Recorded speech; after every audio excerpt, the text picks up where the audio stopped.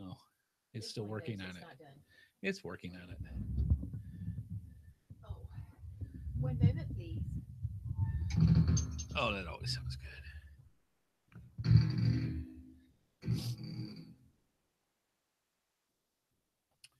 Actually, we can't talk about that till next week for that particular one, Uh, because that's the question for next week.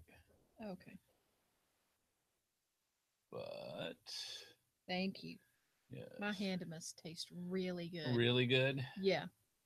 Yeah, She always looks it. yeah. Look at some of the other stuff that they had here while we're coming up here. And let's see, we should be going live. There we go. Hey, folks, welcome, welcome, welcome to the Patron Pre-Show. And yeah, I'll leave that for here for now. All part of it. You don't even care we're doing this. Yeah, we have a special guest in the GeoSnippets studios. Our new Geo dog. Can't call her a puppy. She's 4 years old. Puppy at heart. You got that right. But yeah, Miss Ellie is here, and she is a black lab. I wish I could bring my camera around because she's literally right underneath the desk here where we're working, and she's a black lab mix, and she's got that wonderful lab stubbornness. For the people that have labs, they know what that is. Um, Beautiful dog, very well behaved. She's got some, like I said, the stubbornness things that to work on. We took her out tonight for the first time to see how she would do socializing. So we actually took her to a PetSmart, which is a dog food company. Depending on where you're at, you may or may not know that. It's a pet store, Yeah, it's a pet store. basically. Yeah, They sell pet food. yeah, and we need to We don't get some have cat food anyway. So it's like, all right, let's take Ellie and see what happens. And I did not do so well. no, White Baby did not. But Ellie And actually, Ellie didn't either, really. She did as good as she could. yeah, she did as good as she could. And I did my best. Yes, and she's a sweetheart, and very loving, very likes her peeps type of dog. Um, Runs like the wind. I've never. It's been a long time since I've seen a big dog. I mean, she's not huge. She's about 70 pounds, but she's a good sized dog. And to see a dog like that just run full bore is something to see because she's like, "Chew, chew, chew, chew." So very, very cool. We've heard her bark once, and that was when the pizza guy came and rang the doorbell. But other than that, we hardly hear a peep or anything from her. And she's just a sweet girl. She's a sweet, sweet girl. So yeah, very, very cool. Let me see. I'm going to move the. Everybody's seen her. If you're friends with me on Yeah, if Facebook, you've you've seen, seen that's. her. And now she's on my foot. She loves. She's a leaner, and she loves when she's laying down. She's got to touch something of you. Hmm. For something like that. She's just very, very um, that way. So, Now why? yep. So yeah, cool stuff. Lots of stuff that we're going in. All right, now let me see I need something to real shift. quick. There we go. Let me see. I got to get my stuff up here. Did I put the wrong? Bible Man Rick says this is episode 209, right? Let me check something out here Yeah, because I could have swore it was episode 209 was our last one. If not, it was. That's what he was asking. oh, the last one was 209. Yeah, Yeah. that's last week. Oh, okay, yeah, because Or that's the 20th. right there. You go. Thank you This for is the checking the date. 27th. Sorry about that. Now I'm just reading some of the stuff that's Yeah, that was last week. in the chat room and catching up with that. And yeah, last week was 200, 209. Hmm. I'm like, did I get it wrong again? Because No, it's not the first time I've done that. not this week. Yep. But yeah, cool stuff. Glad people are here, and we got a very interesting show tonight to talk about. Let's see. There's a lot of stuff with Captain Mary or Hyde going on. I keep wanting to say Mary Kay. That is makeup. That is, there's a makeup. Is she national? Oh, she's worldwide. Oh, is she? Mary Oh Kay is? yeah, that woman's been. She is old as dirt. I mean, I think she may have been around when dirt was created. I don't know, but she is. Woo. But She's I old, every huh? once in a while I'll see a pink Cadillac riding around. Yeah. No, I always thought that was That's a what's the one that's the maid service that runs around in the pink cars? yeah. No, that's it, you get pink Cadillacs Oh, pink Cadillacs. with Mary Kay. Yeah. But yeah, interesting. Lots of Yeah, she's you. If you don't know who Mary Kay is, yeah. shame on you. Yeah. Because really, You just don't know makeup. yes, Nandy, they're the ones with the pink Cadillac. Yes. So it's one of those things we every time I read Mary Hyde, I think Mary Kay. And Yeah, she was probably around with pirates or like Blackbeard and such. Yeah. Bless her heart. She is not young. No, but probably richer than, you She's know. richer than I'll ever be. That's Yeah. the truth. Did you see there's a new guy who's the richest guy on the planet? I didn't catch his name, but it's not you. it's not me. Oh. Yeah, sorry to give you that false information, but hey, you took it. You smell with your body, not just your nose. All righty. That's a TED Talk I'm watching. Okay, there you go. So anyways, there is a guy who beat out Mr. Bill Gates. Really? What does he do? I didn't get the information. I just happened to see a thing on it that that said that there is a new richest guy. And wow. Yeah, it must be rough. But I mean, Bill Gates has given away how many $1 billion? Yeah, when you're that rich, you have to. And it's like her and Avon. Yeah, no kidding. Yeah. And to sit there. Tupperware. Oh, yeah. Anyway, I'm sorry. Go ahead. But no, to sit there and just roll across the bed as you wake up and you made $65 million. I mean,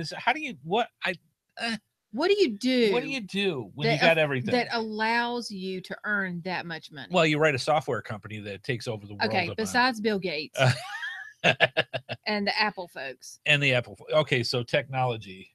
Besides technology. All right. What do you have to do that makes you billions of dollars? Yeah. Besides be a crook. Let me look this up real quick, just for giggles and kicks here, because this is has nothing to do. And by the way, welcome. If you're new to the pre-show, welcome.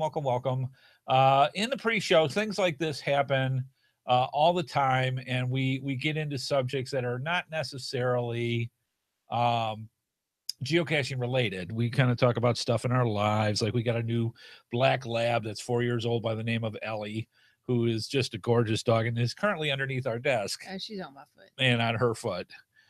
So let me put in richest man. So, I can't. There you go. Richest man in the world 2017. Okay. No, you just got rid of it. Oh, let me back up. That was bad. No. I know. Type. Right. Riches. Fuller Brush. Okay, where's that at? In our chat room. Okay. You can go ahead. Thank you. I just don't know who he is. Okay. There you go. Richest man. There we go. But yeah, beat out Bill Gates. Briefly becomes the world's richest man.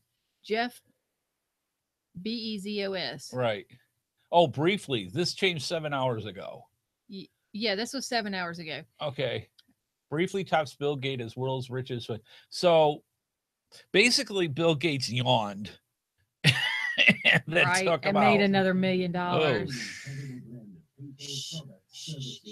There we go. That's interesting. So yeah, Jeff Bezos briefly tops Bill Gates as the world's richest person. Founder's net worth increased 2.5 billion in trading, in intraday trading, whatever that is. I don't know financials. Gates has held top spot on Bloomberg Wealth Index since 2013. And so okay, so Amazon.com. So he owns Amazon.com. He owns Amazon. Is what it looks like. So that's still, well, that's more retail, I guess.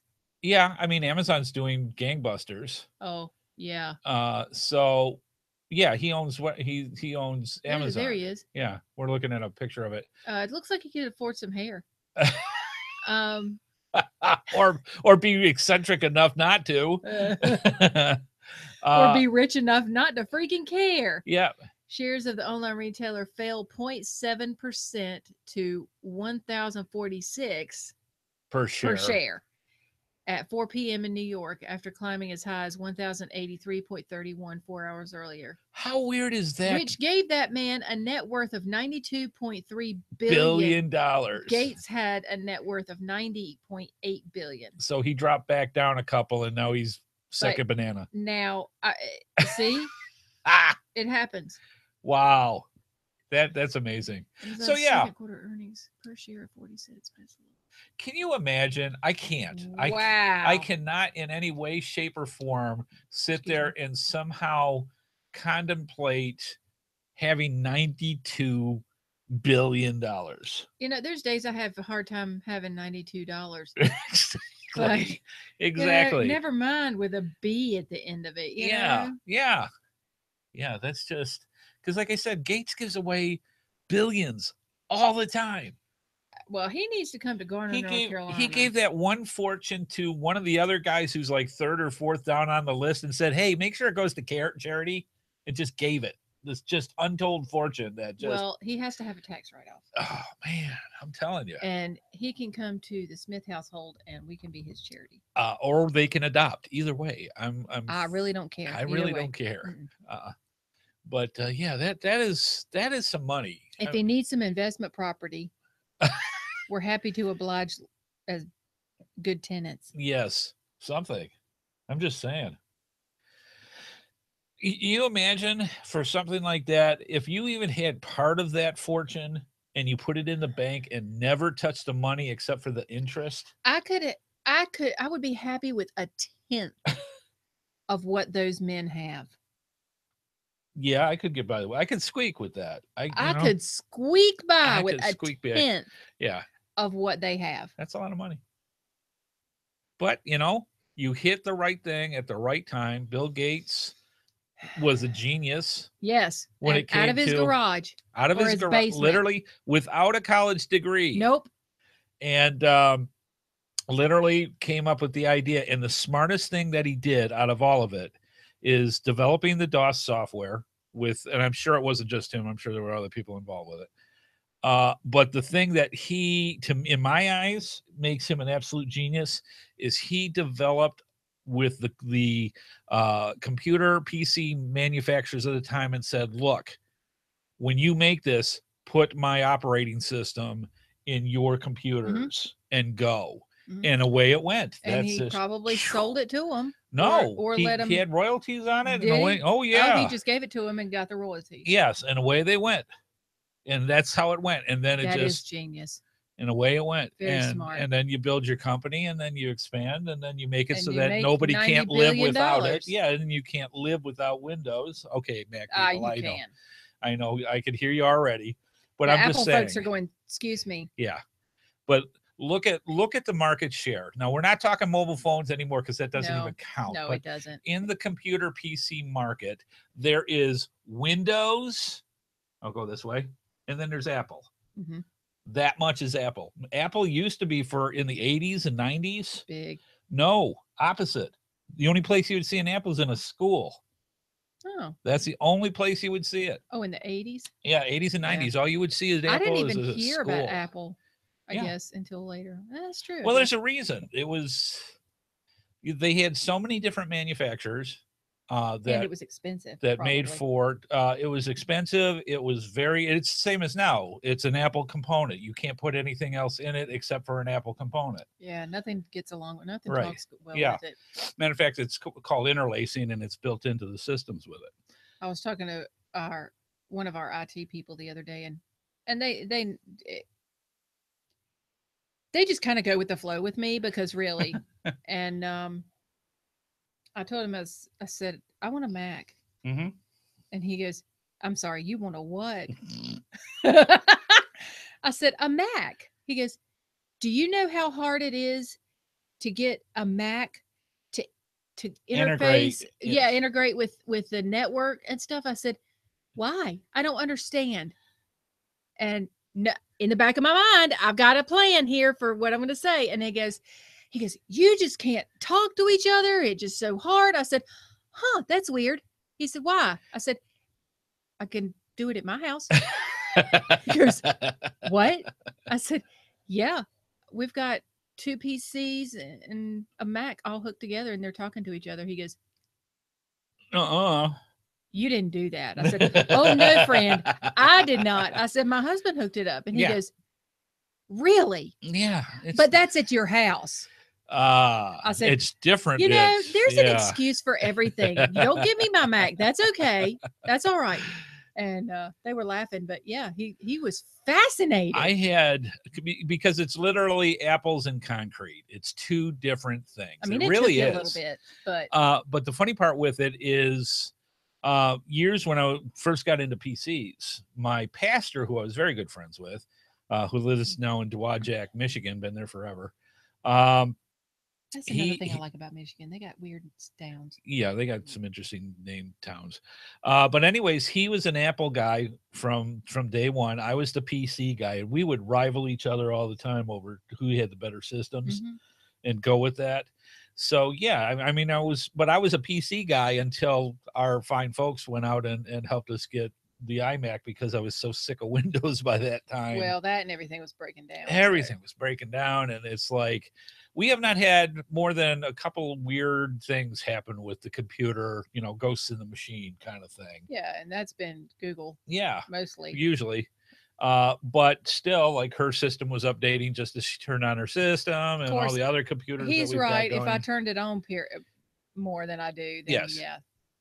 So anywho, so Bill Gates, I mean, the man was a genius, is a genius, and is very, very wealthy. And sharing. I'm just saying, I'd be more than happy to, when you can sit there, and I've talked to people that have actually worked on his home when he had one of them, when he was having it built. Right.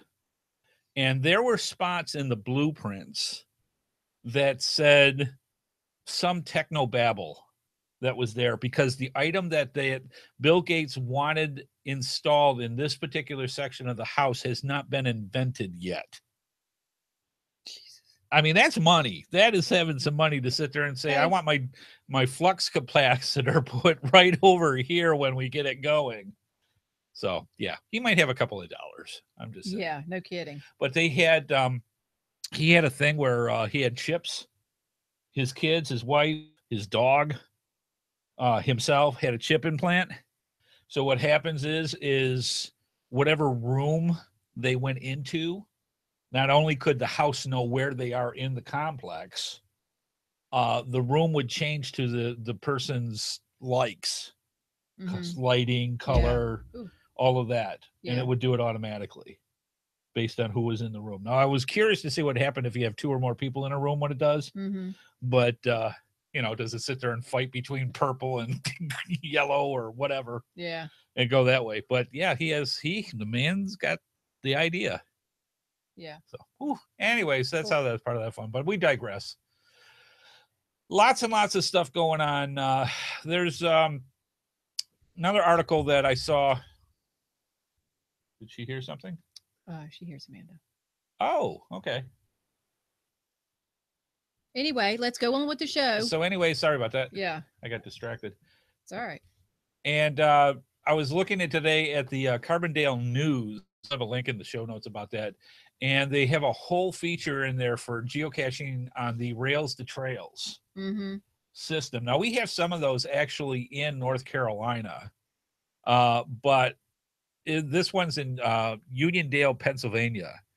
And they said, for anyone wanting to try something totally fun and different, the Rail Trail Council of NEPA, NEPA, initiating its own version of an exciting and rapidly growing activity known as geocaching. And they get into this and they start talking about the Rails to Trails. And apparently it's starting out on July 22nd. And it's inviting all the residents and fun seekers. And I've got another video that wants to kick off that I don't want. I love articles when they go through that. But it's just one of those things that they're kicking off the Rails to Trails. What I'm trying to find out here, besides all talking about all the things that are, stop. I don't want this. So, anyways, I wanted to see how many miles that they had, and they are saying, and I'm trying right now with the apparent, and the thing is giving me problems here. But anyways, it's one of the things that I love about Rails to Trails is it's taking all the railroad tracks out of, they're just sitting there rotting, and then they're going through and they're taking them out and they're putting out trails, asphalt trails, right down the train tracks, and you've got all these miles and miles and miles and miles of stuff that you can walk on. Why not put geocaches, right, and go out that way? So pretty darn cool. All right. Sorry, I was a little distracted with the daughter coming in. Neat stuff. All right, so let me get this going. I think we're about ready to start the show. And we will go from there. Okay, let me get this all set up. And I will do this part here. Dun-dun-dun. That. And there's that. All right, good stuff. Turn this on. Happiness and joy. All right, folks, sit back, relax, get your favorite snack, get your favorite libation. The GeoSnippits Reboot Podcast is coming at you right about now.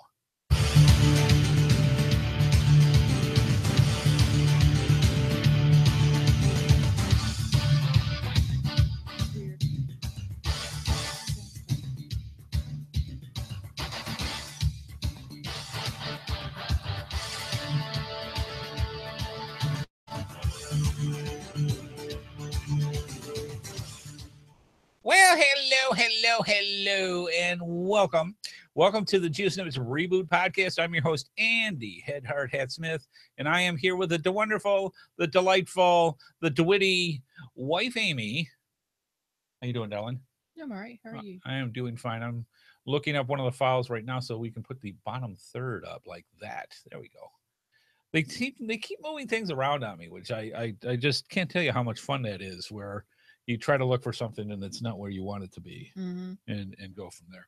So anyways, welcome. It is July 27th, 2017, and we are recording out of the GeoSnippets studios here in Raleigh, North Carolina. It has been hot. That's the only word that I can go. Hot and wet blanket is really how it's been over the past week or so. We sat there and the temps were near 100. The humidity was near 100. Not yet. It was pretty high. It was high. I'll give you that, but it wasn't. I thought some of the days it was like in the low 90s and mid 90s for humidity. I felt it worse. Yeah. Oof. It was bad. It's bad, when you can sit there like in the cartoons and cut a square with a knife in the air and be able to take it out and chew it. That's pretty much a coworker of mine came back from Ireland from a trip, and he said when they were landing they could see the humidity. Oh yeah. I'm like, yeah. So it's been extremely hot. It has dropped off some. When they say we're having a cold front and the high is 87, you know welcome that's to the South. That's the South, absolutely. And we'll talk a little bit more about this in a few minutes. We're going to go over some stuff for you fine folks for Mary Hyde in the summer promotion for geocaching.com. I ended up dropping off and picking up a travel bug to meet the quota for Captain Mary Hyde today. So I have 15 gold coins. Gold coins for that. I keep wanting to say gold points, but it's gold coins for the promotion. So we'll tell you what the limits are and how the point scale has changed. It's not the same as last week. Did receive my first piece of the map. And now it was interesting because when I was talking to Scott Burks and Chad Courtney from the Geocaching Podcast last night, I'm on the East Coast. Scott is on Central and Chad's over on Pacific. We all got them at the same time in retrospect to our time zones. Mm-hmm. So I got mine at 5:30 in the afternoon yesterday. Scott got his at 4:30, and then Chad got his like at 2:30 Mm-hmm.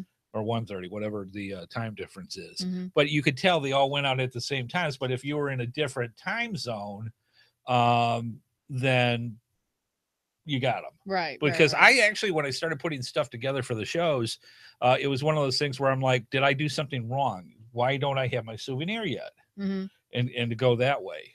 So yeah, no, they just came out late, much later than we thought when it came to that. You may hear some heavy panting or just see a tail flick by here or there. We have our new Geo dog. We can't call her Geo Puppy because she's about 4 years old, but she's a black lab mix, and she goes by the name of Ellie, and she is a sweetheart dog.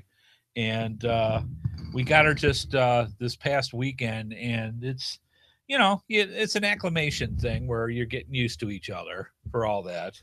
But she's just a beautiful dog, just lovely, lovely black lab.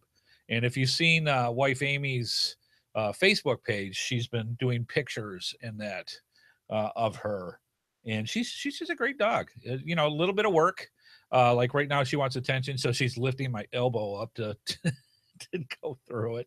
But if you hear wild panting, it's not me thinking about wife Amy, it's the dog. I'm just saying. Let's see. So you say how you can watch the show and watch us live, or generally get in touch with us. It's very simple. All you have to do to watch the live feed and join us in the chat room by going to www.geosnippits.com on Thursdays at 8:30 p.m. Eastern time, 8 o'clock for the pre-show. We also have all our social media links included for you to subscribe to our YouTube channel via geosnippits.com's website. All you have to go in and click on the links and do your likes and tweets and anything else that you want to do to get in touch with us. It makes it simple for everything that is right there.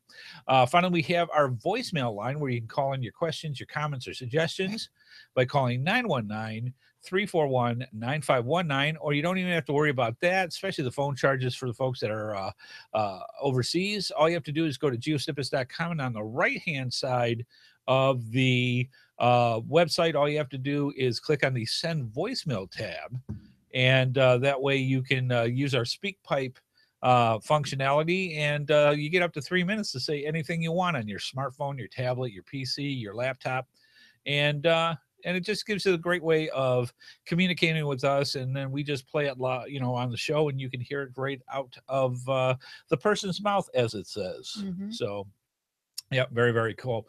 The nice thing is it's free, and you can give it a try.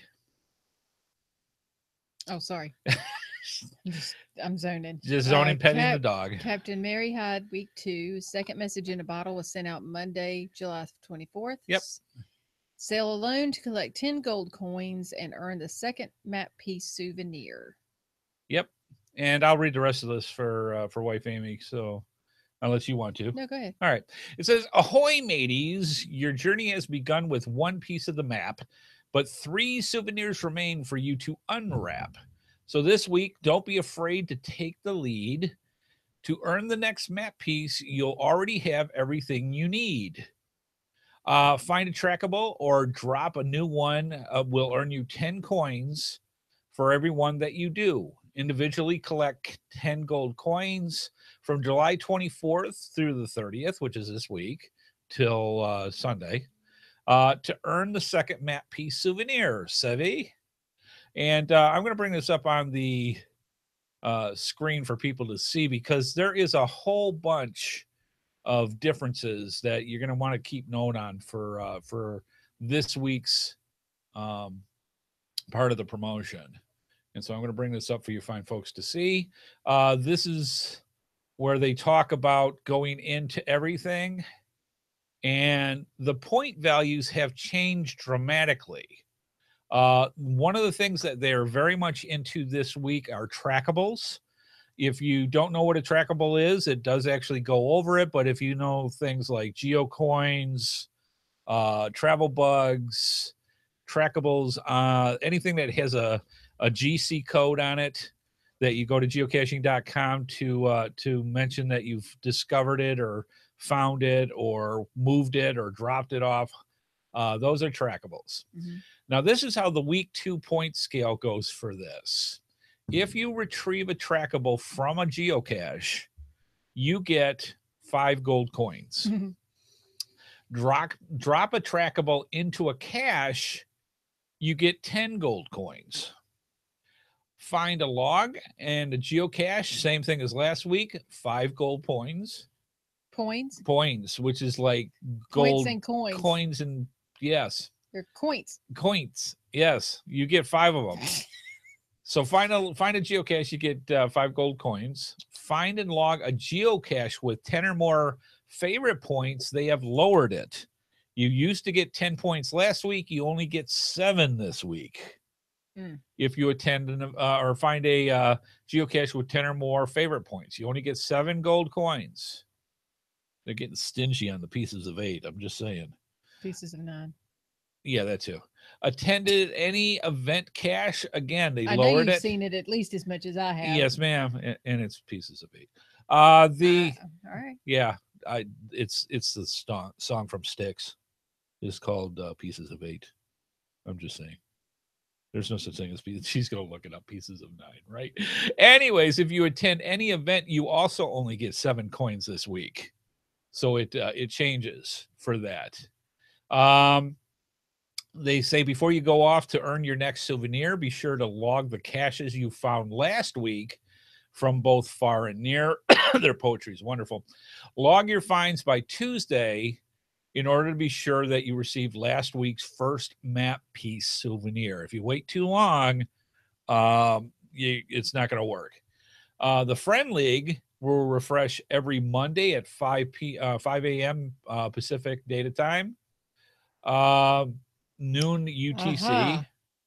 Yes. There were 9 pirate lords holding a piece of 8. Yes, which is impossible. So, yes. So I was. Now you talking out of pirates, right. Out of the Pirates of the Caribbean. Right. Yes. Or they said 9 pieces of junk just sitting around. Yes. Okay. Yeah. So that's how that works. Anyway, sorry. But a pieces of 8 is when that was actual currency in the pirate days. Yes. And what they did is they literally cut pie-shaped pieces of a coin and cut it into 8 pieces, and that was currency as well. So that's where pieces of 8 comes from. Anyway, so the Friend League will refresh every Monday at 5 a.m. Keep in mind that depending on where you live, this could be Tuesday for you, like for the folks that are over there in New Zealand. For more information on this, head over to the Frequently Asked Questions, which we'll have in the show notes. This week's souvenir will be awarded to your profile on Wednesday, August 2nd, 2017. So yeah, if you've got any questions, that's how that works. So it came out. Now I'm actually going to show you, fine folks, if I can do this here. I'm going to stop sharing, and I'm going to bring up, if I can here. There's that. I'm going to bring up what the first map piece looks like. So for the people that haven't received it, you'll actually get a chance to see what this puppy looks like. So let me reshare this over here, and you'll be able to see it. And that's, oops, I did the wrong thing. Hang on a second. Sorry about that. Let me do this over again. La, la, la. There we go. That's what I want. Much easier. Okay. So this is basically what it looks like. And it's a map, upper left-hand corner of a map. And it shows the lower part of the United States. You can see Florida over here to the right. You got Cuba just below. You basically are looking at the Gulf of Mexico is what you're looking at through here. And you can actually see the little jetting of land in the bottom part of the Gulf of Mexico as well. So hurricane season usually starts right about here. Actually, most hurricanes that we see start off of the coast of Africa. Yes, that is very true. Yes. The ones that we get hit the worst with, though, are the ones that come out the Gulf of Mexico and go right up through here and nail us in North Carolina. They go across Florida. Yeah, or straight up. And then regain strength and then come back and smack us in the head. Yeah. So that's what they've got. It has a red X here. Has N7 And W23, Chad has already checked that out. That is a place in Louisiana. That is where the Red X is. And I can't remember the exact city. You're going to have to figure it out for yourselves for now. But there isn't very much that I can see right now clue-wise to help us. So this is the first part of the puzzle that goes with it. The Friend League has, again, updated since Monday. So if you had scores last week but haven't done anything this week, you got to get out there. You have to collect. Now, last week, you had to have your crew get at least 30 coins, and you, to get your souvenir, you had to get at least 5 gold coins. This week, there is no limit on the score for your team that you're on, your league, your friend league, but you have to get at least 10 gold coins instead of 5 gold coins. So that's how that works. Again, on the scoring, found it gives you 5. Attend any event, or found a geocache with 10 or more favorite points gives you 7. Retrieve a trackable is 5. Drop off a trackable is 10. It does not have to be a new trackable. If you've got a trackable in your bag, pop that sucker into a geocache and take it out afterwards, and then move it to another geocache if you want. That's how you can get 15 points real quick by doing that. So that's the scoring points, and that's what we've got with Mary Kay. So very, very cool. Mary Hyde. Mary Hyde. I keep wanting to say Mary Kay. We had a whole discussion in the chat room on that. What's wrong with you? Wow. So yeah, lots of fun. I'm looking up the coordinates. Are you now? Yeah. Yeah. So you're just putting in north that and seeing what you get. Yeah. All right. I probably should spell out north. Maybe. All right. So anyways, that's what's going on. We've got the links to all this fun stuff in the show notes. If you want a teaser for next week, it says for July 31st, which would be Monday, through August 6th. And it says, when you work with a crew, earning the 3rd map piece becomes easier to do, which I think a lot of people understand that part now. That's why everybody has 700 friends in their friend list. But that's what next week's little clue is. So we'll see what how things change. Very, very cool. All right, so that's it with Mary Kay and Captain Mary Hyde. I know she's giving me a look. All right, so good stuff. Stop with the makeup. I can't help it. It's just ingrained through merchandising or something. Yeah, isn't that the truth? Well, that's a whole other show. It is indeed. So all right, so that's how we go with that. Let's move on to our GeoSnippits Reboot Podcast, Geocaching Poll of the Week. And here are the results for this week. And I'm going to bring this up for wife Amy to talk about here. And there we go. All right. The question was, are you planning on completing all of the Captain Mary Hyde? See, you started to get me to it. Summer promotion this year in 2017. And at 12%, what's a Captain Mary Hyde? Really? Some of them were probably kidding. I'm hoping. 26% said no, and 62% said yes. All right. So, yeah, I'm glad to see that there are as many people that are interested in this. I mean, they've been getting gradually better, or at least different from year to year since they started doing these summer promotions. Yes, and I think it's good because it not only gets us out more, but hopefully, but it gets us involved with one another. Oh yeah, absolutely. Because it can be a solitary game, which is fine. Yeah. Well, the whole idea, if you're wanting to meet people, then the whole idea of having a friends list, and it's like, oh, that's that person I can contact with. I think I had 4 when I started. Now I have like 40 or something crazy. Yeah. I don't know. And it's wonderful, and that's all part of the fun. And if they eventually do something else with this type of a system, that's fine. You know? More power just to them. Please don't do one every day like you did 4 years ago with the 31 days of August. Oh my gosh, I thought I was gonna die. You know how many people did streaks after that because but it felt like work to me. Oh yeah, after a while. At first it was fun, but I'm like, okay, really? I don't want to do this anymore. It'll be over now.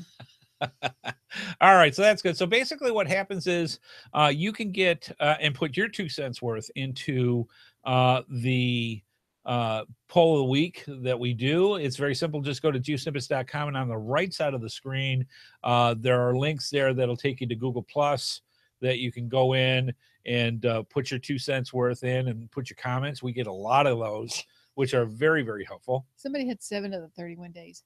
7? 7. All right. Whatever worked. You got a week, and whatever that was worked. it. Yeah. I'm with you, man. Whatever worked. If it hadn't been for him, I'd have quit. So yeah, it's the cool thing is we now have in Google Plus, they have what they call collections, and collections are literally just that. It's taking all sorts of similar things and putting it in one easy to find spot. There's a link on our webpage as well that will take you to our poll of the week collection. We've got about 100 different polls that are active in there, that if you want to just, binge on them and choose the items that you want to put your 2 cents worth in, please do, because we go back to them every once in a while and see how things are going. And again, you can get that by going to their geosnippets.com website. Thank you. I appreciate it. Always a critic. Everywhere I go, there's got to be a critic. All right, good stuff. I'm sorry, that was funny. She's like...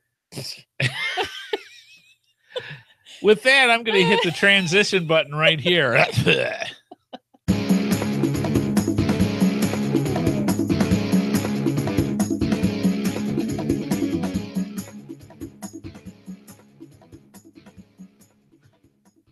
Tonight's episode is brought to you in part by gxproxy.com and gxproxy.eu for our friends in Europe, for cachers serious about leaving their mark. And also by coinsandpins.com, the best place to get custom coins, geocoins, lapel pins, and patches made. Go through our GeoSnippets links and use the promo code HeadHardHat for a 10% discount. And FYI for our listeners, you can sign up for their newsletter to get notified of when new coins and patches are available for sale. We're also very thankful to all of our sponsors.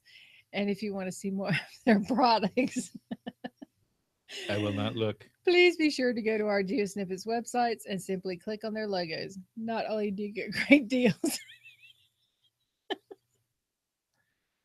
I say nothing. But it helps our program as well. Pressing the button.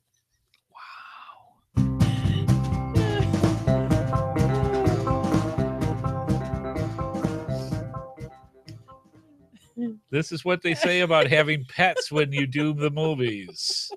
They get all the attention. Hey, yeehaw! Yip, yip, yip. The joy of finding physical things. GeoSnippits Reboot Podcast, episode 210. My elbow just got licked. And if you're wondering what this all is we've got our Geo dog with us in the studio, because it's better than having her on the other side of the wall whining, because she's now with her peeps. Anyhow, so yeah, this is something that I figured I originally started coming up with. Geocaching with families is kind of the premise that I was going to go with for tonight's show. And we've got some stuff that we can talk about that, depending on how long the discussion goes with this. One of the things that we talked about last night on Geocaching Podcast was that how things have changed over time. We talked about the difference in how muggles are perceived, or how we're perceived by muggles, since the days in the past where geocaching was much more of a secluded game, to how it is perceived now when there are so many different AR-based games out there and everybody's doing them. So if it wasn't Ingress, it was Pokemon Go, that kind of thing. And everybody everywhere has their face in their smartphone. Yes. Is basically what this is coming down to. And in the back of my wee little mind, I sat there and went, what is it going to be like in 10 years? Should we just go to the Matrix and put the plug in the back of the head and just go for it that way? Are we just going to become mindless drones that just goes through and wanders around with whatever things that pop up on their phone at the time, dictating what they should do with their life? I mean, it's scary, but I see that more and more as being a trend. And so instead of that type of a thing, I thought of why not help promote geocaching more? And you guys know I was in Pokemon pretty heavy there for quite a few, almost half a year. I was pretty heavy into it. I haven't touched Pokemon in 5 months. Haven't even turned on the app. But the thing still continues. Scott was telling me about the how in Chicago they did a big thing last weekend that blew up in their face because the networks ran down and nobody could find anything. But they had people from all over the world showing up to doing this event by the, hundreds of thousands of people showing up to do this thing. And it's like, it is that out of control now with people and just finding these imaginary icons that wander around and just aimlessly do that. What is it going to be like in 10 years? Are we just going to be robots? Is that all that's going? And why geocaching is that much more important? Because you actually have to, as you pleasantly put earlier today when we were talking about this, well, it was almost a meeting. Almost. But was I awake? Yes. Okay. It's not productive as the same when you're awake, but that's all right. But the thing is, you have to use your brains to go geocaching.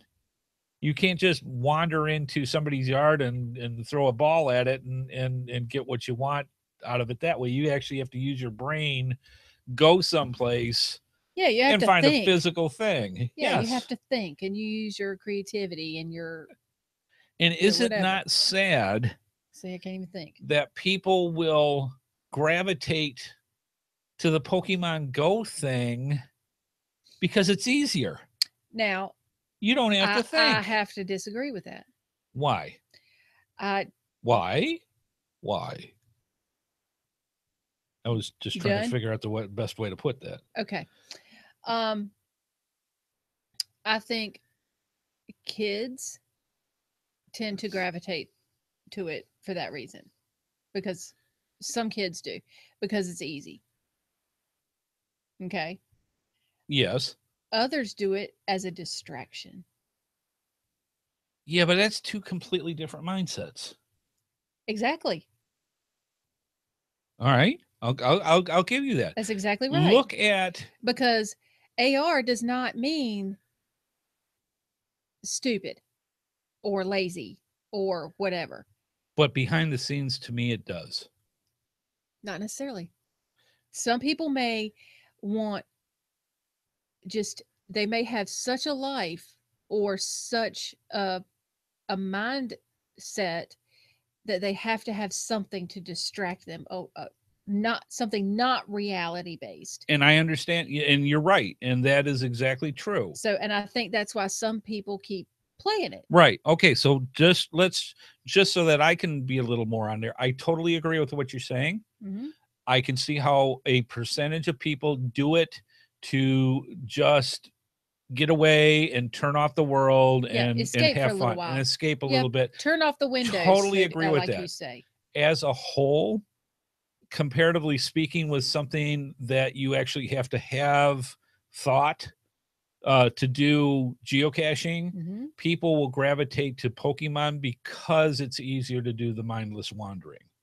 That's where I'm going at. Not necessarily because they need the distraction, because it's easier. Look at video games. I agree with that for the younger generation. All right. And again, that is also very true. Look at video games over the years. I've been around since Pong. All right, with video games. Dang. Yes, ma'am. And I'm just saying, not the Radio Shack one, but the Sears version. I'm just saying. Hey. The people, once cheat codes became available for video games, because it was easier to go out and play a game, get over a hurdle, or just be in God mode and do whatever you want because of the cheat code, it destroys the playability of the game. And then, but so many people gravitate to it because it's easier for them to actually accomplish playing the game because they can cheat. Okay. What does that tell people? Okay. two separate people Right. who are not of the younger generation. Sorry, guys. Yeah. One said never played Pokemon or Ingress. Uh-huh. Okay. Yeah. The other said think AR as Angry Birds for the 30-minute escape. Yeah. But to me, AR is a high-tech Munzie. Yes. Exactly. And, But even but you either like it or you don't. right. And even with Munzie, you still got to get to the physical location where the thing is. Yeah, but there's no thought in and you Munzie, go clip, clip. to me. Yeah, granted, the difficulty for there is not the same thing. Yeah, none. No, when you got something that you got to touch it and bump it to find out if it actually is a geocache or if not, it's going to bite you or whatever. Yeah, there's a totally different concept with that. I agree. And it's a shame that geocaching tends to not draw as big of a crowd, mainly because people don't want to be the inconvenienced of having to go to a physical location. They don't want to have the inconvenience of using their brain to figure something out. It's too hard. It's camouflaged. I can't see it. Millennial, go home. I'm just saying. Yeah, but I don't think one is worse than the other. I don't. No, but I think it's a preference, but I do think there needs to be something that gets these kids out. Right. But think of it. Look at how society, and not looking at their phone. Look at society. I mean, take geocaching in the gaming world completely out of the picture.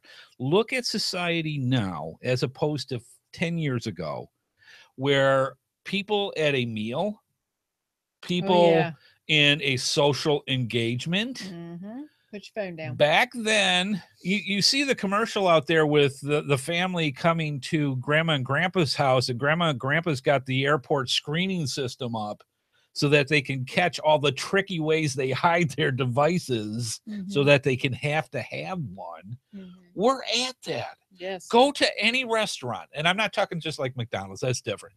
Go to any sit-down restaurant in the evening during dinner time and look and see how many people are face down.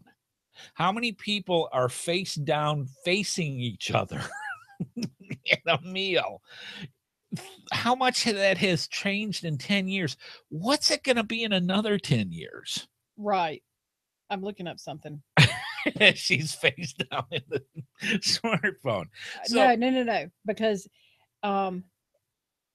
this is very, very interesting, because this was before phones. Right. And this statement was made. I know a lot of you guys have heard this. It says, I fear the day that technology will surpass our human interaction. The world will have a generation of idiots. Yes. Albert Einstein. Absolutely. Mm-hmm. And we're there. Yeah. In my opinion. Talk to the guy who invented, well, I think he actually passed away now, but talk to the guy that invented the internet. And it wasn't what you think it is, Vice President, you know who, and said, oh my God, what have I done? That everybody's inside. And yes, and it's coming in here where we're talking about the tech generation argument. Absolutely.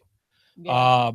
That's how it is, but we are the marketing people out there are selling it. The people are buying it. And we are already so far down that rabbit hole. Yeah. That it'll be interesting to see, like I said, in 10 years, 20 years, what things are going. And again, is it implants in the back of the brain? Playing Pokemon. Yeah. Yeah. It just, there's the internet is could be such a wonderful thing. Yeah. And it is a wonderful thing. It's 95% porn. And how exactly do we know that? I've seen statistics. Have you? Yeah, I've heard. Uh-huh. So I just read the articles. Yeah. Okay. So, but very few people use it for what I would have intended it to be used for. And knowledge. Yeah. Yes. Look up, research. Right. Do that kind of thing. Productive, constructive things. Not what he said. Yes. And other silly stuff. Well, look at now with the the different voice modules that you have. You've got Google Home, you've got Alexa, you've got all these other ones that are out there, where now instead of going to your thesaurus or your 25 volume encyclopedia, do kids even know what that looks like? To sit there and have that 25 volume Encyclopedia Britannica. I had that. I had it. I had it. I had it as a kid. And God forbid them have to actually go to the library and look something up. It looks something up. Would they know a Dewey Decimal System if it bit them in the face? They would say, who? Yeah, exactly. Yeah. Who's Dewey? Who is this Dewey? Is that a new interface? And why does he have decimals? Yes. What is that? Exactly. Yeah. So they wouldn't know a card catalog if one nailed them in the head. No, it's funny. They would not. So yeah, that's the kind of thing that I'm seeing. I agree, Tuambu's. Yes, very much so. Anyways, so yeah, he said I don't need an encyclopedia anymore. I'm married.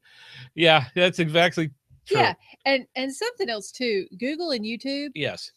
I taught myself how to knit on YouTube. I'm good. All right. I am so good with all that stuff. It's the stuff that's just the superfluous stuff that means nothing. Well, the funny part is one person's superfluous is another person's gold mine. Everybody's got a flavor out there, because if they didn't, they wouldn't watch. True. That's true. If they didn't, they wouldn't watch. That's true. I mean, look at geocaching. How many videos on a GeoSnippits that I've done since 2008? How many views? How many people that got interested in geocaching because they saw YouTube? Yes, but that's educational. That's right. They were instructional. tutorials. They were tutorials. Yeah. I'm not talking about that. I'm talking about the kids who do videos of themselves lip syncing other songs to. That's because they don't know how to communicate. That's another whole issue. Who watches you, really? And pull your pants up. Thanks, Nobody Grandma. Wants to see your underwear. Thanks, Grandma. But yes, it is. It's basically that's just the way we're going, and and mindless idiots. I mean, I can see how many generations that.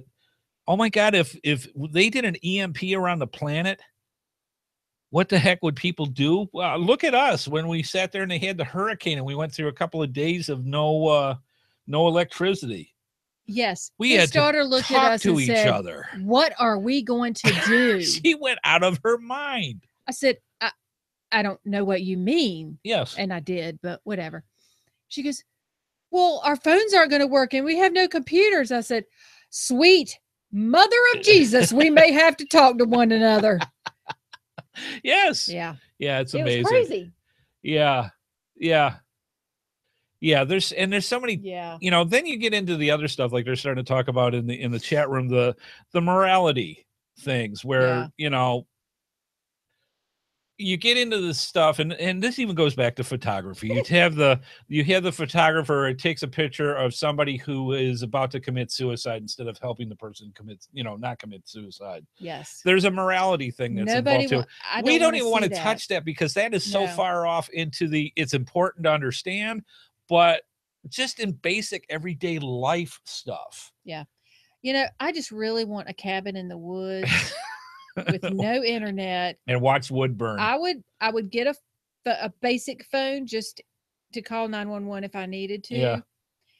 And maybe Netflix or Vudu. Oh, see, here we go. There's the caveat. Yeah, No. I got a caveat. I'm a city girl. I got to admit it. But hey, if you don't let me have it, fine. I'll find something else. Cloak and Dagger's got it right. Give me a floating chair and a drink of the day, and I'm a happy camper. No kidding. Yeah. I mean, I would be fine without anything. Yeah.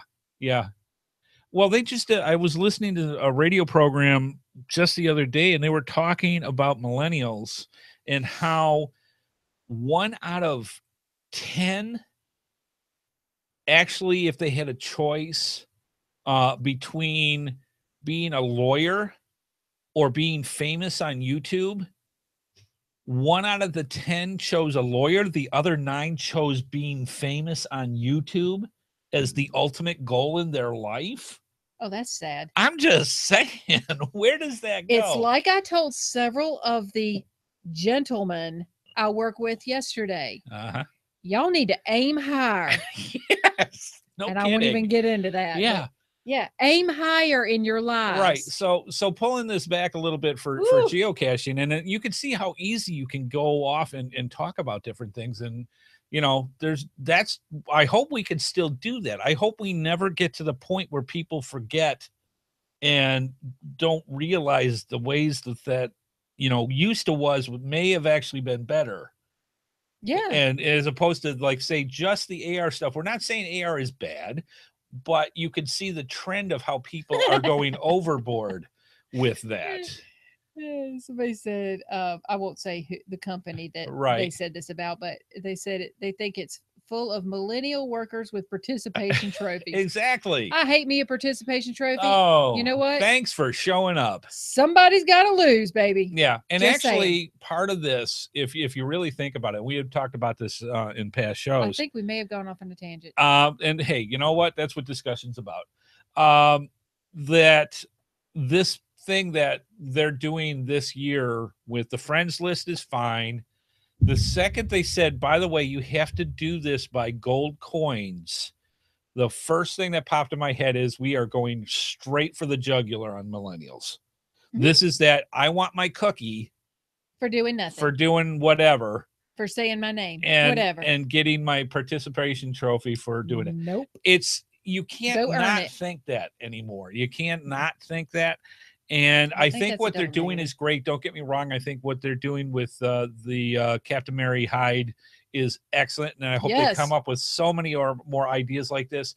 But you can see between the lines. If I was owning the company and a marketing thing and see how these other AR type style games or point system type games draw in the millennials, I would be looking at it as a marketing idea.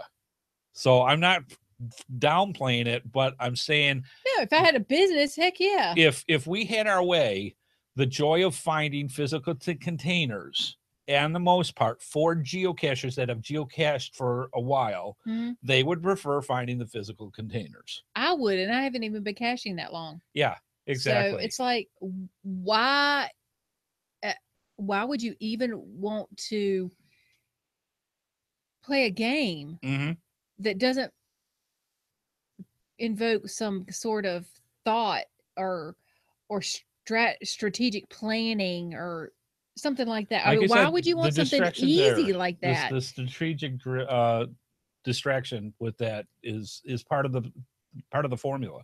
Now, we actually asked this question out to Facebook, and thank you. By the way, we had so many. I picked the top 8 that came off the list. We had so many people respond. And I think it kind of gives an overview of what we're trying to talk about tonight. Karen wrote this. I have both. And we were talking between finding physical containers with geocaching and AR type style games like Pokemon. And Karen wrote this. I have done both. I went a bit nuts on Pokemon Go the first few months. Me too. But since I'm more of a hiking cacher, I return to the woods pretty quickly. I find that geocaching forces me to engage with my environment in order to find the cache. Absolutely. And Pokemon Go forces me to ignore it and stare at little creatures on a screen. And that's the thing that scares me the most, is that kind of thinking. Not hers, but what they're trying to accomplish with those type of games. I also don't like in Pokemon dense areas. So I was mostly getting the random Pidgey and Rattata type things. I don't know. Pokemon Go was fun for about 3 months and it got old for me. I am more of a hiker and a backpacker now than a cacher, but I can still incorporate the caching into my backpacking life. I can't very well chase Pikachu on the Appalachian Trail. Yeah. Yes, exactly. Brett wrote and said, why I prefer geocaching is finding a physical item that I can put my hands on is more rewarding than getting a virtual icon on an electronic device. Man, I'll tell you what, there are so many times that I've had a smile on my face because I walked up to a gnome door or found this, or to see that geocache hidden underneath that pile of sticks. And there are so many beautiful places that this game takes you. Yeah, exactly. And it just, in Pokemon, guess what? If you go out in the woods, it doesn't play because it goes by no, population areas. I could sit at my desk and play it. I Exactly, mean, but that's a populated area. Try going. You saw how we've been when yeah. we've Oh, been I in some of know. these forest trails, and there's nothing out there for Pokemon. It's because there's no game to it for them. Let's see. Randy wrote, geocaching should take you someplace interesting and unique. When I place a cache, I ask the question, is this someplace that others should experience? And I totally agree with that. That's a great question to ask Yep. yourself. How often do we find a cache and remark, wow, I never would have come here if not for the caching? Absolutely. I've said that several times. Constantly. In short, there is intelligence and purpose behind cache placement. You don't see that behind Pokemon Go. Mm-hmm. Yeah, it's interesting that they go. Deborah wrote, I don't think there is anything wrong with doing both. We really don't either, but as a society shift, there are flags that pop but up. her point is very good. Right. She said they're apples and oranges to me. Right now, all I have left are, quote, boring caches where I am. I don't enjoy traveling from stop sign to stop sign. Okay. I enjoy caching to learn about a place or for the beautiful things I have seen. Pokemon is fun also, since sometimes it tells you about a place also. They can be complementary when done right. Why must they be at odds? And that's, she went on to say, I think if done right, they can be a fun activity to build community and get people out moving, engaging, and learning. Yes. And I totally agree with that. Yep. It's the way you do it that is the important thing. She's a person that will go out, Right. and do stuff, and she wants to learn. And she's a very smart woman. There are kids that just walk aimlessly into each other, Yes. they're playing this game. Right. It's like, okay, yeah, there's a look difference up from your phone. Yeah, there's a difference, and we love Deborah, and she, like she said, she's a very, very intelligent person. There's a difference, like you said, in mentality. Yes, absolutely. She knows the difference. Yeah, she does. On what goes on. And if she's bored with geocaches, we know people, friends of ours, that all they do now are events. They don't even really go out for geocaching. They because do there's the events. No new ones around that's Right. for them to get. Or Right. they don't So they go for the those. social interaction part of it. And that's great. There's nothing wrong with that. And yes, Ingress and Pokemon Go and those type of games definitely can bring up community type things. But if I was to take a random sampling of 100 people out of a bunch of geocachers at a mega event and 100 people at one of those events, I don't think the IQ points are going to match up with things like that. The age will be definitely different, I believe. Yeah. Because I just think the mindset is that much different. Yeah. That you can distinctly see the difference with it. For the majority. Yeah. And we're not saying better or worse on both sides, but when you see a trend where all the lemurs are going across and down off the cliff, I kind of see that happening down the road. And that's what I'm afraid of. But I don't see as much about Pokemon Go anymore. Oh, it's still there. Yeah. It's still there. Let's see. Neil wrote, although I never tried Pokemon, I see it as a video game played outside. For me, geocaching is a game that gives you experiences and sometimes adventures. The bonus is discovering things in places that I would have never found had I not been geocaching. The history of our country, the geology of our planet, math, trivia, people we meet, puzzles. It is a game, within a hobby, within an exercise program, within a social interaction within a game. Best way I've ever heard that put. That's a great way to put it. Very nicely put, and I couldn't agree more.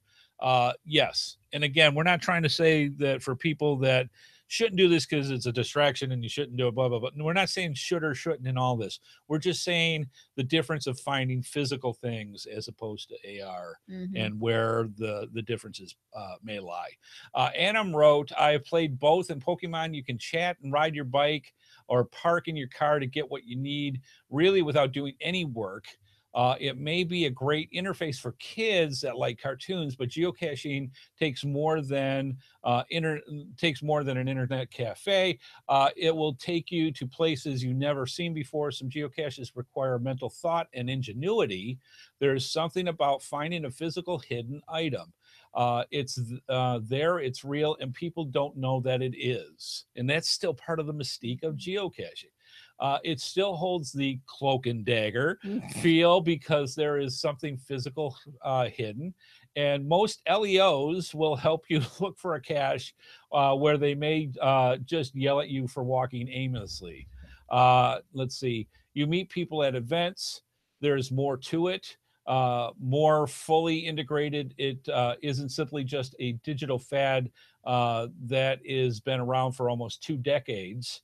I really doubt that Pokemon Go will last that long, and Common, you will never hear me tell you a story of how a bomb squad blew up my training center. Yeah, exactly. Geocaching creates stories that you can't make up. And that's the truth.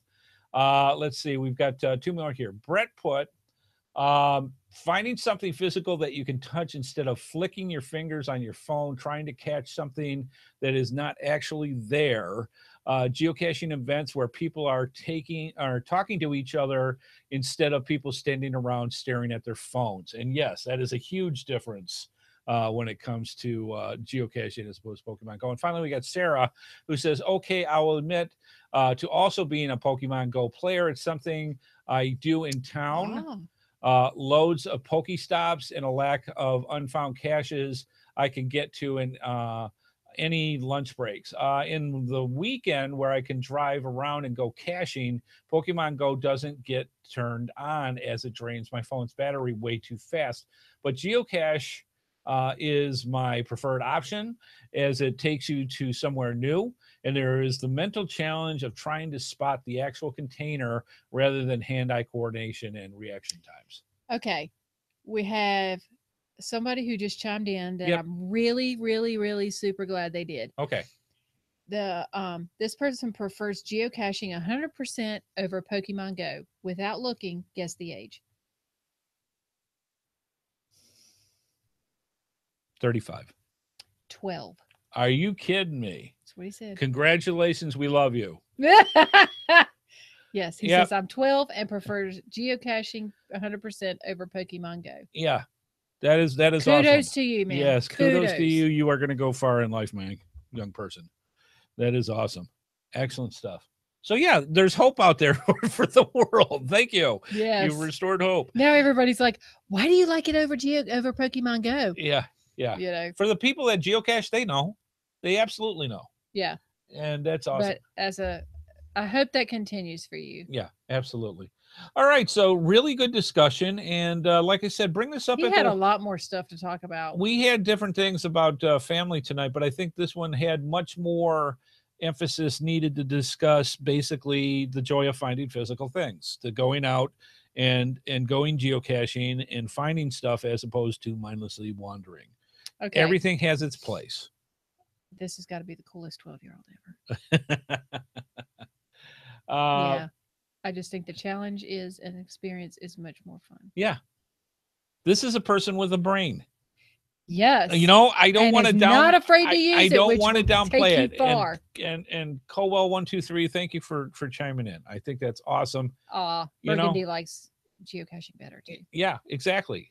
And these are the people that, you know, that's the future that I want. That yes. For the people to go through and realize the difference and not get trapped. I don't want the girl, and yes, I watched this video in its entirety because I could not believe that there was actually somebody who really believed this, who talked about the 360 degrees of hotness. Okay, yeah. Well, you know, that's a whole different subject. That's a whole different She subject. actually went through, I mean, a grown woman. Yeah. Chronologically. Uh-huh. And if it's 80 degrees, that she actually subtracted 80 from 360. Did she do it correctly? And yep. All right. And said that they had that much more hotness to go. Wow. Okay. So that's a different thing. Okay. But yeah, it's just how things go with people, and I have much more I have more respect for for those kids in these here kids in here for than that woman with her hotness. and being intelligent and thought worthy and somebody who's going to make it in life, yes, as opposed to mindlessly wandering, because eventually they're going to find really quick that the world doesn't allow, I shot 1,200 aliens from the planet Quizbang. That doesn't get you very far. No, that will not get you a job. Nobody cares about your aliens Exactly. and Quizbang on your resume. I'm just saying. So, all right, good stuff, good discussion, and that's the whole point of tonight's show, is to bring up discussion with people and bring it up at events in your water cooler and say, hey, what do you think about this? And start your own discussions with it. All right, good stuff. Let's move on.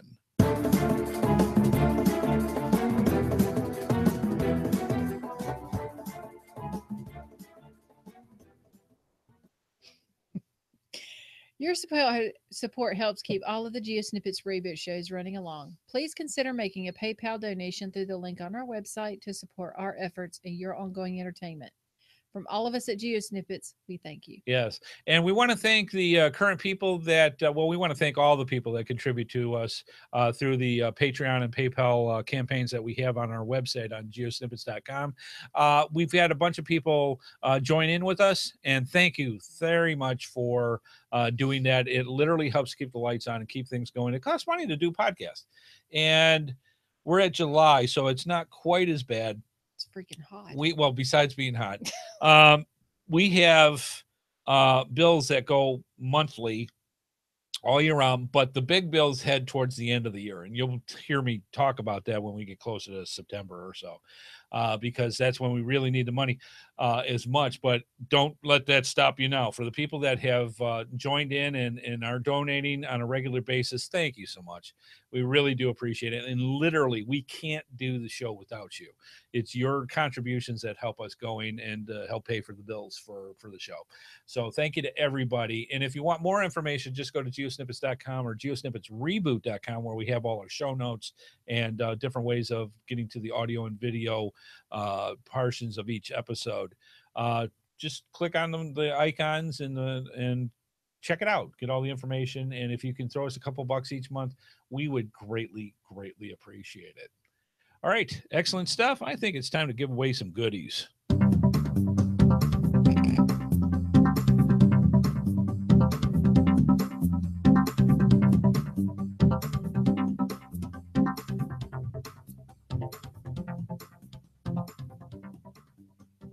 All right, let's go on to the GeoSnippits Geocaching Cache Dash. Let me explain what that is. We have some of the best companies in the geocaching world, and quite frankly, what they do is they give us all sorts of products that they sell, and we put them out as prizes on the Cache Dash, so you find out what they have and go check it out. Make sure you get those promo deals that we have. I'll tell you right now, coinsandpins.com just sent us a goodie package. Yes, they did. And oh my gosh. I actually didn't look in it. She hasn't looked yet. Nope. I literally have no idea what they sent. We have got a small truckload. We have a small treasure chest of goodies that we are going to be able to give away to you. They've got their new jellyfish geocoins that are really cute. We're going to be showing those. I may want one. They may or may not have given us another dragon. I'm not kidding. And they also have, it's cute. It's a grasshopper statue. Aww. And it's about the size of the dragon. They're big. Oh, I've seen those. Yeah. So we've got one of those, and we've got a bunch of geocoins that they sent us and a lot of goodies. I already got claimers to the dragon. Hang on, dude. There's a grasshopper too. So, needless to say, we will, over the year, you will get be able to get your hands on stuff like this. And please make sure that you use the promo code HeadHardHat when you go to Coins and Pins. You get 10% off. I mean, come on. Yeah. Excellent way to go with this. Yes, that's we do too. We got stuff. We get our. I like promo. saving money. That's right. Oh, is it the praying mantis? Yeah. You said the grasshopper. Is it a praying mantis? No, it's a praying mantis because yes. it's got the. Yes. It's got the chickas. And the chickas move. They're on swivels. Yeah. So he's kind of like a Tyrannosaurus Rex, but. Thanks, Adam. He doesn't know his bugs. I'm sorry. Praying mantis. Grasshopper is somebody totally different. Take the pebble from my hand. I'm just saying. So anyways, we do this each week. We put Wow. out a question and for the Cash Dash, and you guys send it in. Kung Fu Grasshopper. Kung Fu Grasshopper. And so, yeah, that's what we're going to do. Let me get my handy dandy tablet Upside down. and turned off. All right. It is unfortunate how he just kind of walks right into it. Yeah. Yeah. So for this week, we've got the random number generator that has a number between 1 and the total number of people that had sent in for last week's question. And I also have all the questions. Now, you just saw Amy flip the magic geocoin. And basically what that happens is if, for example, on the random number generator, I push the button and it says 4, it is not 4. And wife Amy picks heads by flipping the magic geocoin. If it's heads, we count down 1, 2, 3, 4 from the top. If it's tails, we count up from the bottom 4. And those are the potential winners for that particular week. Adds just a little bit of randomness to who wins or who does not. So, wife Amy, why don't we go over the prize and then we'll see who wins that. All right. We got a little different this week. From cash-events.com, it's the beverage mirror. Yes, mirror, M-I-I-R. Okay. All It right, sounds now, like something out of Thor. Yeah, this is yeah, mew mew. Meow meow. However you say it. These are really awesome. This is a basically it's a 16-ounce bottom up mirror, BPA free, and it's got the Cash Advance logo on it. We want to thank cash-advance.com for doing that, and it's empty at the moment. Well, we had last week wife Amy who said, well, I'm going to choose some things that we are going to add to this particular prize. And I said, sure, why not? So she's got some choices of some things. There's some stuff there too, and some bags, because it is so treacherous right now to venture into the Cash Dash that I went and actually randomly picked some stuff out that she's going to choose out of this that we are going to add to the flavor of this beverage container and put those in as potential prizes, or actually the prizes that's going to go with this week's question. So wife Amy now is going through and selecting several items that we are going to add to this. And we're going to do this every once in a while because she has better taste than I do. And so we'll go from there. So, wife Amy, what's one of the items that we're going to put to right here into the cup? One of. We're going to pick 2 items and we'll add to it. All right, go ahead and I'll show it if you want to pick the other item. Now, this is from Cash Dash Advance. It is. It is a seahorse. It's a trackable seahorse. Yeah. All right, so that's going to go into the cup. And then what else? Other item that you want to add to this? Decisions. I knew this was going to happen. Can I do 3? Do 3. Okay. She wants to do 3 items. I guess we can do 3. Okay. So the next item is the Right in the Rain logbook. Right in the Rain logbook. The ones that will fit for usually nanos or for small or micros, I should say. And it's an actual logbook, and it's right in the rain, so they can get a little wet and still be dry as a bone when it goes. That's going into the cup, and you wanted to pick a third item, huh? Yes. This one is from coinsandpins.com. Okay. And it is a travel octant. Oh, yeah. This is really neat. These are trackables. Yep. And my arms aren't long enough. That's fine.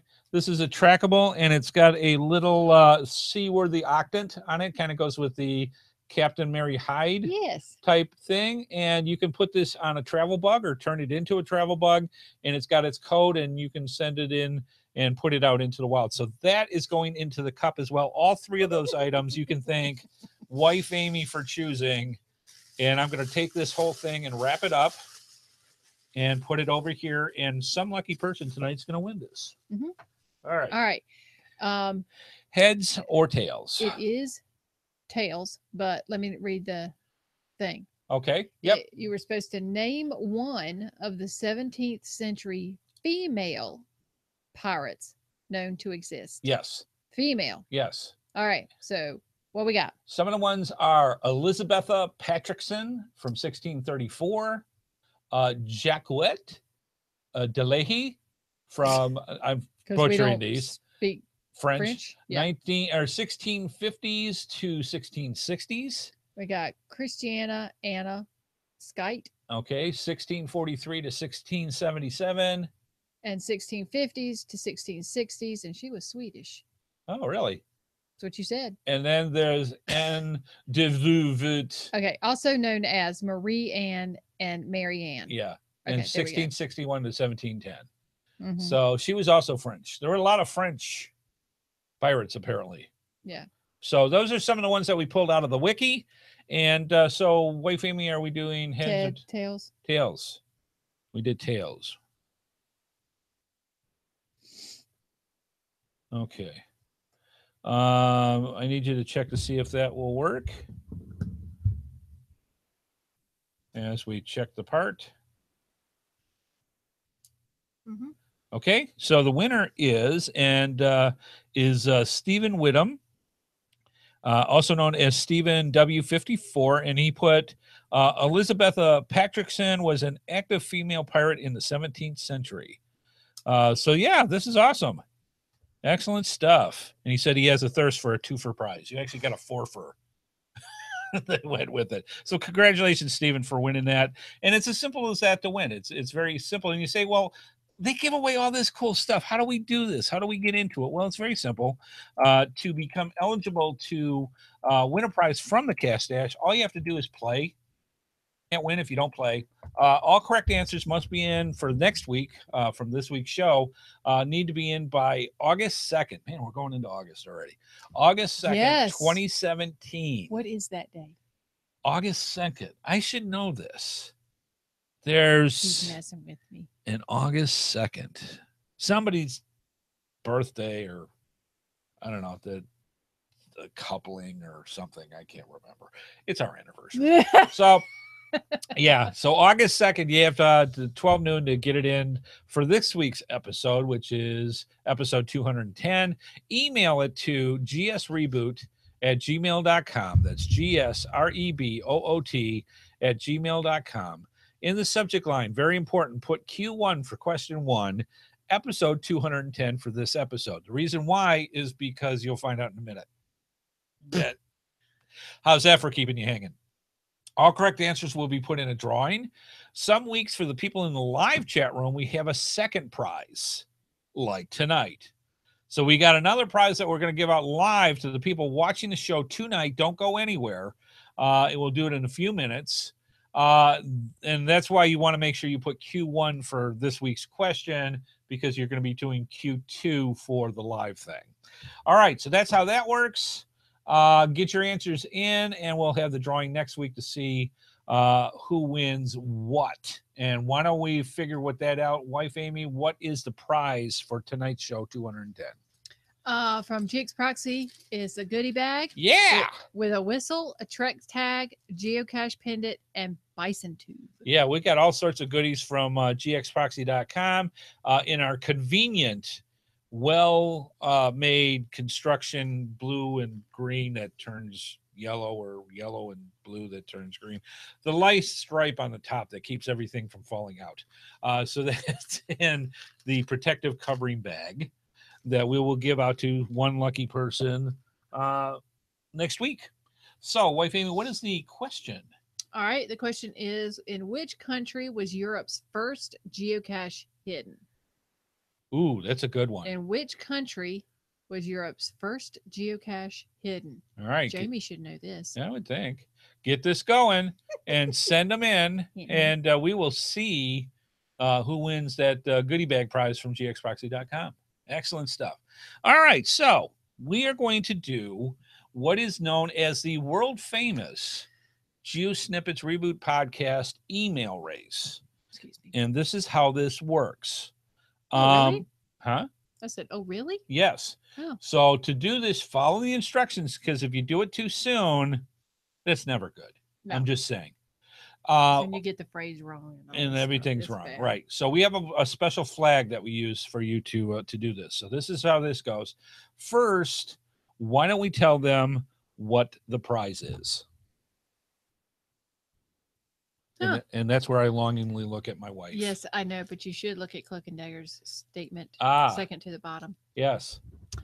The prize is path tag from WWFM 12 and a WWFM 13 geocoin. Yes, we actually have extras from the Worldwide Flash Mob from 2015.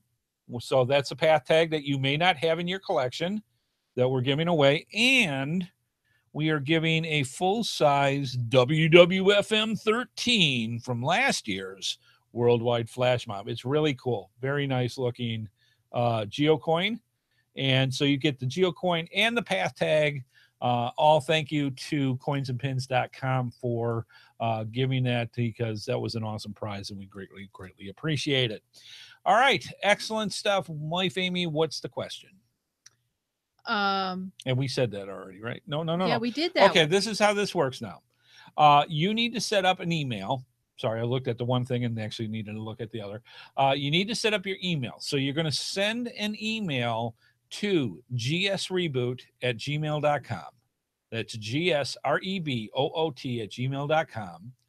In the subject line, you're going to put Q2, must have Q2 episode 210. That's how we tell the difference between each of the contests. The prize we just talked about with the path tag and the geocoin. Now, don't send it yet because there's a flag that we do.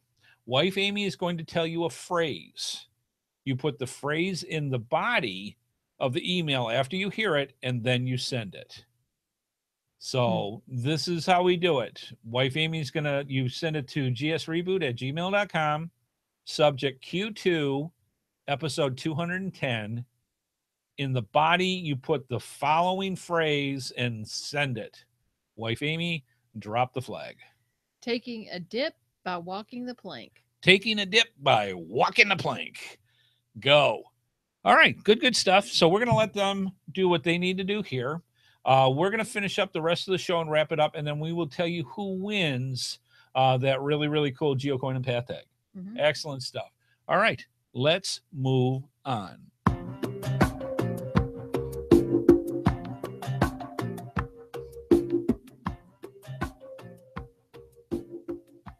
Well, we hope you enjoyed tonight's show. Tonight was much more of a discussion type thing going on. Right. So we had a lot of fun with that, and that's all the whole purpose of talking is discussion. You can't argue with logic like that. Wow. I'm just saying. So let us know what you think about tonight's episode. Comments, questions. Okay, let me say the flag again. All right. Scroll up. I mean down. Whatever. Taking a dip by walking the plank. Taking a dip by walking the plank. Yeah, somebody missed it. It's a pirate thing. Yeah, sorry. Don't worry, you still get a chance because we randomly choose who wins. So get them in. All right, so that's all set up. Please consider becoming a patron. Contributing factor to the GeoSnippits Reboot Podcast universe. We can't do it without you, and we really appreciate everybody who does. Finally, the best thing you can do for us is tell other geocachers about the GeoSnippits Reboot Podcast. That way, anytime you go to an event, meet up with other geocachers, talk in your social interweaves, just mention us. We'd greatly appreciate it. Word of mouth is our friend, and it just gets other people, more the merrier, to join in for all the fun. All right, Wife Amy, I'm going to let you close out the show, and we'll figure out who wins. All right. We want to thank our sponsors, gxproxy.com and coinsandpins.com, plus our amazing patrons. I want to thank Andy HeadHardHat Smith, and thanks to everyone watching in the chat room. Oh, she cut off herself, so that's good. I like that. Please keep those comments coming in. See you next time. But we're... right. But we're not done yet. Don't go away. Yeah. So anyway, special thanks to Wife Amy, who is thinking ahead and doing that. I don't know. You never stopped before right there. So I just thought it interesting. Yeah. All right. Good stuff. Let's see who won this puppy. So I'm going to bring up my pad here real quick, and I'm going to refresh it, and then we shall see what happens. So I'm going to bring this up, and I'm going to put, that Q2. And they're giving anniversary present ideas. Oh, are they? Yes. Anything good? Sorta. All right. Wow, got a bunch. Okay, so I'm going to actually do the random number generator with this one because we got a ton of people. So I'm going to put this in, and I'm going to change it and do the random number. And wife Amy, are we doing heads down or tails up? Let's do heads this time. Heads. All right, so let me bring this over, and let's see if you could check to make sure that's is that legal? As she checks our list.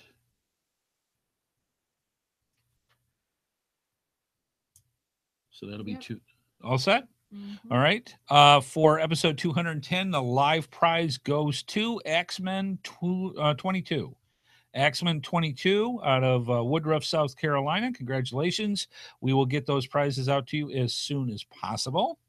And yeah, that is awesome. Way to go. I need to put it Okay, so she's going to put the price information for that. So while she's doing that, thank you so much for stopping on by. We greatly appreciate it. We hope you enjoyed tonight's show. If you have suggestions of different type of shows that you want us to do this year, let us know. Let us know the topics that you want us to talk about and anything else of interest that's going on. Also, please send in some feedback to wife Amy. Just go over to the GeoSnippits website and click the, let's see, where do we got right on here? And I don't have the thing on here. Go over onto the website and click on the contact us. And there's a little thing that you can do, or send a gsreboot@gmail.com and say, show feedback, and send us comments, questions for Amy, questions for me, different things as far as milestones, whatever's going on in your geocaching life. Let us know, and we will put it out onto the show. We're running a little low on the feedback stuff, so make sure you get those in. We love the questions to Amy because that's just fun. I'm just saying. So thank you to everybody that participates with that. And yeah, congratulations. And I think it's time to move on.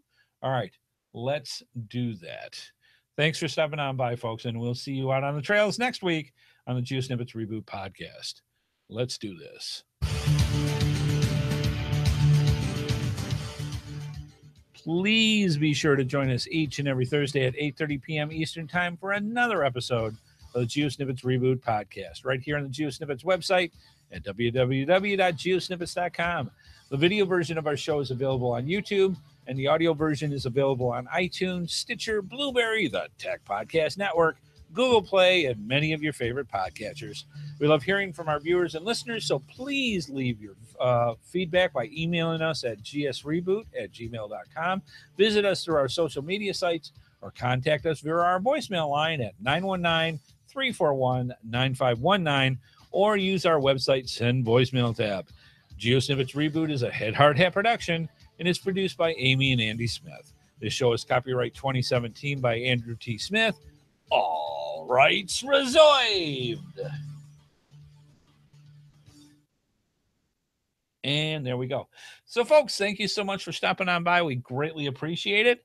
And we will see you fine folks next week on another fun-filled episode of the GeoSnippits Reboot Podcast.